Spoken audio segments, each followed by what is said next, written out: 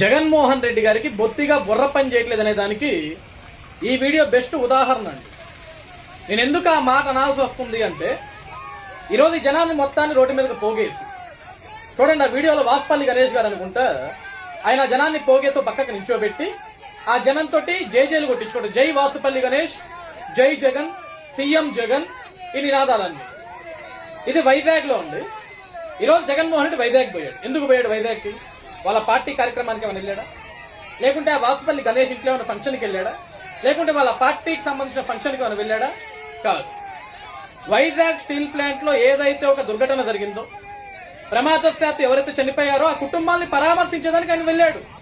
వెళ్ళటంలో తప్పలేదండి. ఈరోజు ఒక ముఖ్యమంత్రిగా పనిచేసిన వ్యక్తి ఈ రాష్ట్రంలో ఒక ప్రధాన ప్రతిపక్ష హోదా అతనికి తప్ప ఇంకెవడికి లేదా 11 స్థానాలు ఉన్నప్పటికీ కూడా ఒక పులివెందుల శాసనసభ్యుడు ఈరోజు ఆయన పరామర్శకు వెళ్ళటంలో తప్పలేదండి. ఎందుకంటే ఒక దుర్ఘటన జరిగింది, ఒక ప్రమాదం జరిగింది, ఒక బాధ్యత గల పౌరుడిగా వెళ్ళొచ్చు, ఆ కుటుంబాలకు ఒక ధైర్యాన్ని చెప్పొచ్చు, వాళ్ళని కలవచ్చు, వాళ్ళ ఆవేదన వినొచ్చు, తప్పలేదు. కానీ మంది మార్బలం దేనికి? ఈరోజు నడి ఎండలో జనాన్ని ఎందుకు పోగేయాలి? ఎందుకు వాళ్ళకి అదో ఇదో ఏదో ఒక డిచ్చి తీసుకొచ్చి వాళ్ళు ఎందుకు రోడ్డు మీద నిల్చోబెట్టాలి? ఎందుకు వాళ్ళతో జైలు పలికించుకోవాలి? ఎందుకు సీఎం సీఎం అని నినాదాలు చేయించుకోవాలి? నువ్వు వెళ్తున్న కార్యక్రమం ఏంటి? కనీసం బుర్ర ఉండాలి కదా. ఈరోజు నీ పార్టీ కార్యక్రమం కాదది, లేకుంటే నీ కార్యకర్తల మీటింగ్ కాదది, లేకుంటే నీ పార్టీలో ఇంట్లో వాళ్ళ ఫంక్షన్ కాదది.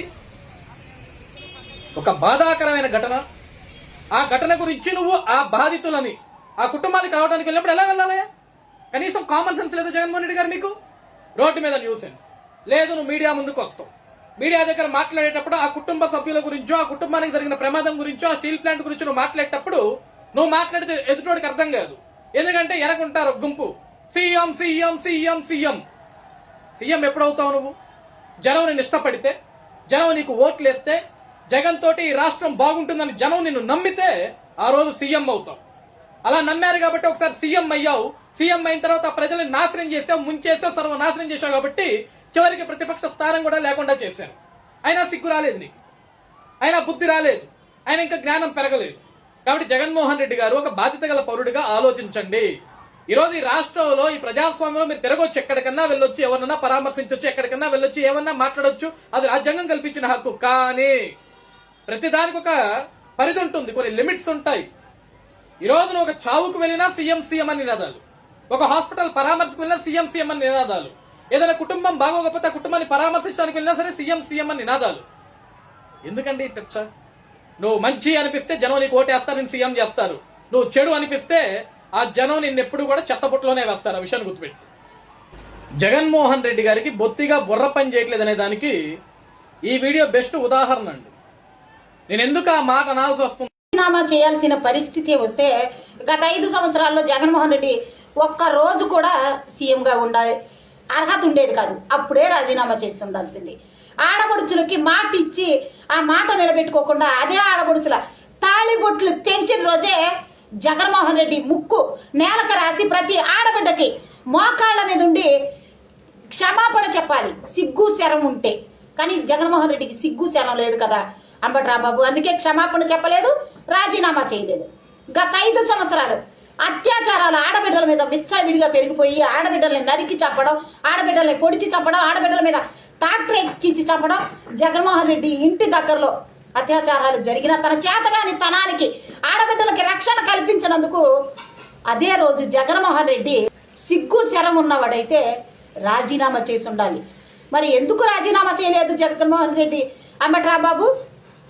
ఎందుకంటే జగన్మోహన్ రెడ్డికి సిగ్గు శరం లేదు కాబట్టి రాజీనామా చేయలేదు.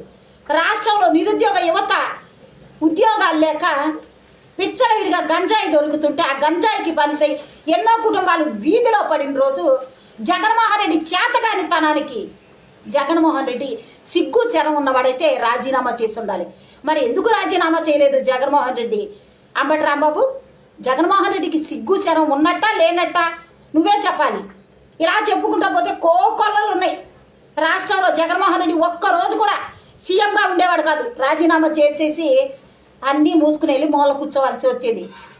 కానీ నారా లోకేష్ గారికి ప్రజలు లోకేష్ గారికి బంపర్ మెజారిటీని ఇచ్చారు కాబట్టి ఇచ్చిన కమిట్మెంట్ ప్రకారం రాష్ట్ర అభివృద్ధి కోసం, రాష్ట్ర యువత కోసం, రాష్ట్ర భవిష్యత్తు కోసం అహర్నిశలు కుటుంబాన్ని కూడా పక్కన పెట్టి పనిచేస్తున్న నారా లోకేష్ గారి మీద, ఆయన ప్రజల్లో ఆయనకు వస్తున్న ఆదరాభిమానాల మీద కక్ష కట్టి సిగ్గు లేకుండా అబద్ధపు ప్రచారం చేసే మీకు లేని సిగ్గు ప్రజల కోసం కమిట్మెంట్గా పనిచేసే నారా లోకేష్ గారికి ఎందుకు ఉండాలి? కాబట్టి రాంబాబు నారా లోకేష్ గారిని ఇష్టం వచ్చినట్టు మాట్లాడితే మర్యాద ఉండదని, ఈసారి నీకు దేహశుద్ధి ఖచ్చితంగా జరుగుతుందని ఇదే విధంగా నోరు పారేసుకుంటే నీ మీద కేసులు పడినాయమ్మా. చీర నలపకుండా, కారులోంచి దిక్కకుండా, ట్రాఫిక్ అంతరాయం కలిగిస్తూ, హడావుడి చేస్తూ, కేవలం జగన్మోహన్ రెడ్డి దగ్గర మెప్పు కోసం హడావుడి చేస్తూ ట్రాఫిక్ అంతరాయం కలిగిస్తే ట్రాఫిక్ వాళ్ళు కేసులు పెడతారు. అంతే తప్ప కేసులంటే ఏంటో తెలుసమ్మా విడతల రజని. మీరు అధికారంలో ఉండగా పార్టీ మీద, తెలుగుదేశం పార్టీ మీద అభిమానంతో తెలుగుదేశం కార్యకర్తలు కాలే కడుపుతో, చిరిగిన నలిగిన చొక్కాలతో, జెండా భుజాన్ని వేసుకుని రోడ్డెక్కితే చాలు కేసులు. ఒక్క సామాన్య కార్యకర్త మీద 60-70 కేసులు. మహిళలు రోడ్డెక్కితే చాలు జెండా పట్టుకుని కేసులు, రౌడీ షీట్లు, మహిళల్ని జైలుకు పంపించడాలు.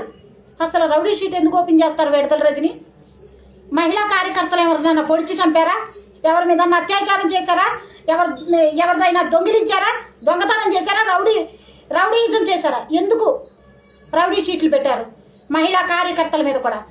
సామాన్య కార్యకర్త కూలి చేసుకుంటే కానీ గడవని కార్యకర్తల మీద 60-70 కేసులు పెట్టి 5 సంవత్సరాలు పోలీస్ స్టేషన్ల చుట్టూ తిప్పిన నీచమైన చరిత్ర జగన్మోహన్ రెడ్డిది, వైసీపీది. అలాంటి నీచమైన చరిత్ర మీ వెనకాల పెట్టుకుని మా మీద కేసులు పడుతున్నాయి అని అంటే ప్రజలు మీ మొహాన్న ఓస్తారు విడతల రజని. వైసీపీ నాయకులు ఈరోజు ధర్నా చేసే హక్కు మీకేమైనా ఉందా?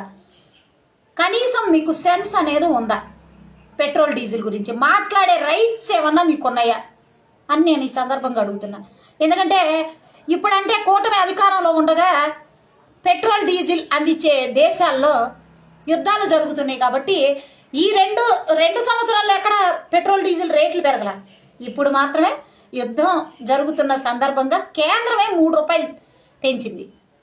మరి ఏ యుద్ధాలు జరిగాయని జగన్మోహన్ రెడ్డి 5 సంవత్సరాల్లో 42 రూపాయలు పెట్రోల్ డీజిల్ మీద రేట్లు పెంచి దోచుకున్నాడు? ఈ ప్రశ్న నేను అడగడం లేదండోయ్, ప్రజలే అడుగుతున్నారు. సిగ్గు లేకుండా రోడ్ల మీదకి వచ్చి మీరు వైసీపీ కార్యకర్తలను వేసుకుని రోడ్ల మీద ప్రజల్ని ఇబ్బంది పెడుతూ పెట్రోల్ గురించి ధర్నాలు చేస్తుంటే ప్రజల్లో వచ్చిన ప్రశ్న ఇది. ప్రజలు అడుగుతున్నారు మిమ్మల్ని. సమాధానం చెప్పే దమ్ముందా వైసీపీ నాయకులకి? ఏ సందర్భంలో గత 5 సంవత్సరాల్లో 42 రూపాయలు లీటర్కి పెట్రోల్కి పెంచారు? పెంచి ప్రజల జేబు నుంచి దోచుకున్నారు. దానికి సమాధానం చెప్పండి. దానికి సమాధానం చెప్పిన తర్వాత ఇప్పుడు 3 రూపాయలు కేంద్రం పెంచినందుకు సమాధానం మేము చెప్తాం. మా నాయకుడు సమర్థవంతుడు కాబట్టే కేంద్రం ఇంకా ఎక్కువ పెంచకుండా 3 రూపాయలు మాత్రమే పెంచేలాగా మాట్లాడగలిగాడు. మీ నాయకుడు అసమర్థుడు కాబట్టే 5 సంవత్సరాల్లో 42 రూపాయలు కేవలం లీటర్ పెట్రోల్ మీద పెంచి దోచుకున్నారు. సమర్థుడికి అసమర్థుడికి తేడా ఏంటో మళ్ళీ మీరు మాతో చెప్పించుకుంటే ఎలా? వీడెవడో పేర్ని నాని కొడుకు అంట, పేర్ని కిట్టు. వీడైతే వాడు బ్రహ్మానందంలో ఫీల్ అవుతాడేమో. మీడియా కనబడితే చాలు వచ్చి కామెడీ చేస్తానే ఉంటాడు. కానీ పేలట్లేదు కామెడీ. ఆ జోగి రమేష్ ఏదన్నా చిన్న ఇష్యూ దొరికితే ఏం మీకు బుర్ర ఉండదా? మీకు ఆలోచన జ్ఞానం ఉండదా?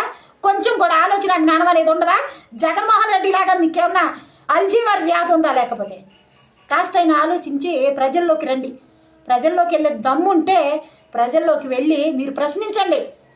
అప్పుడు ప్రజలే చెప్తారు ఎందుకు 42 రూపాయలు మీరు 5 సంవత్సరాలు ఎందుకు పెంచారు అని ప్రజలే మిమ్మల్ని అడుగుతారు.